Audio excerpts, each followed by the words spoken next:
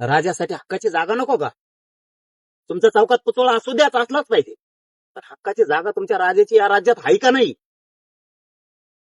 मस्जिदीला कोणी उठ म्हणू शकत नाही हक्काच्या जागेत. मंदिराला कोणी उठ म्हणू शकत नाही हक्काच्या जागेत. तुमच्या राजासाठी तुम्ही काय करायला लागलात नेमकं? राजासाठी तुम्ही हक्काची जागा करा ना. तिथं मराठा समाजाला बसायला उठायला जागा होईल. तुम्हाला बसा उठा जागा आहे का राज्यात मराठ्यांना?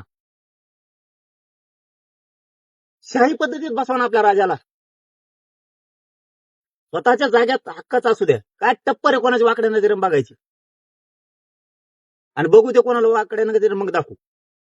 याचा अर्थ माझं असं म्हणणं नाही की तुम्ही चौकात बी बसू नका, पण तुम्ही हक्काची जागा पण करा ना. तुम्हाला 10-10 एकर घ्यायला पैसे आहेत, 2 एकर 3 एकर घ्यायला पैसे आहेत, तुम्हाला बंगला बांधायला पैसे आहेत. तुम्हाला तुमच्या बापासाठी पैसे नाहीत का राजासाठी?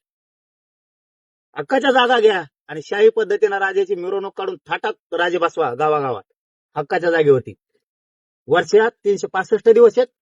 गावातल्या प्रत्येक माणसाला एक दिवस द्यायचा, तिथं जाऊन रोज बसायचं तो आणि पूजा करायची, तो हार पण घालायचा आणि राजाची सगळी साफसफाई पण करायची.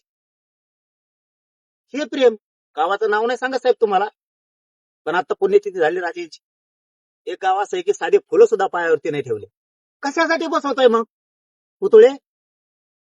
वाद निर्माण करायसाठी छत्रपतींचे पुतळे नाहीयेत.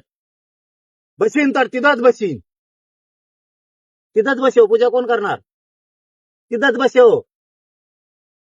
जवळून मोटरसायकल घेऊन जाते पण बघत सुद्धा नाही मळ लागलाय का धूळ लागली म्हणून. हे सत्य स्वीकारा मराठ्यांनी. आपल्या बापाला आपण धुत नाहीत रोज? आपण रोज अभिषेक करू नये राजाचा? काय करतोय मग जीवनात आपण? एका पोरा जर सांगितलं आज नंबर तुझा आहे आणि 365 लोक जर जोडून दिले तर नंबर माहित होऊन जाईल. वर्षाची लिस्ट लावून टाकायची, तुझा नंबर आहे. रोज तिथं जाऊन बसत. कळलं आपल्याला बी राजेविषयी त्याला किती प्रेम आहे. त्यात नेत्याचे पण नावं घ्या मराठीचे. बसतो दिवसभर बघू त्याला छत्रपतीवर प्रेम आहे का निवडून येण्यावर प्रेम आहे ते बी दिसन मराठ्याला. गावातल्या सगळ्या श्रीमंत पासून गरीब मराठ्यापर्यंत सगळ्याचे नावं घ्या. सरपंच, जिल्हा परिषदचा मेंबरचा नंबर आलाय. तू आज छत्रपतींची पुरी धुवायचे, साफसफाई, तू पूजा करायची, दिवसभर तिथं बसून राहायचं. बसतो का बघू ना. त्याला लय तो मोठा वाटतोय का राजा मोठा वाटतोय हे बी कळलं आपल्याला. मंत्री असू दे नाही तर आमदार असू दे नाही तर सामान्य शेतकरी मराठा असो, सगळ्यांचे नंबर लावायचे. का करू नये आपण? आणि तुम्हाला सांगतो श्रीमंत बी मराठा असू द्या, गरीब बी असू द्या, बसणार नंबर लावून दिलं. कारण तो राजापेक्षा त्याला मोठं मानणार नाही. उलट नशीब मानल की माझा आज नंबर आलाय साफसफाई करायला. बघा त्या शिखांचं शिका. आपण नुसते धांगड उड्या थांबणार आहेत का? श्रीमंतातला श्रीमंत, हजारो करोडचे प्रॉपर्टी असणारा मंत्री, उद्योगपती सुद्धा तिथं पुशितो फरशी शिखांच्या त्या याच्यात काय म्हणजे त्याच्यापेक्षा उच्च ते कोणालाच मानत नाहीत. आपण कधी मानणार आहेत?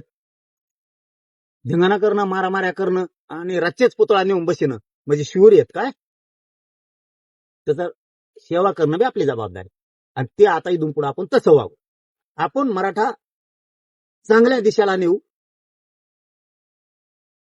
आणि जगाला आदर्श घ्यावा आपल्या दिशात. पुऱ्या जगाला सुखी समाधानी स्वराज्य माझ्या राजाने दिले. त्या राजांचे वारसेत आपण रक्ताचे मावळे.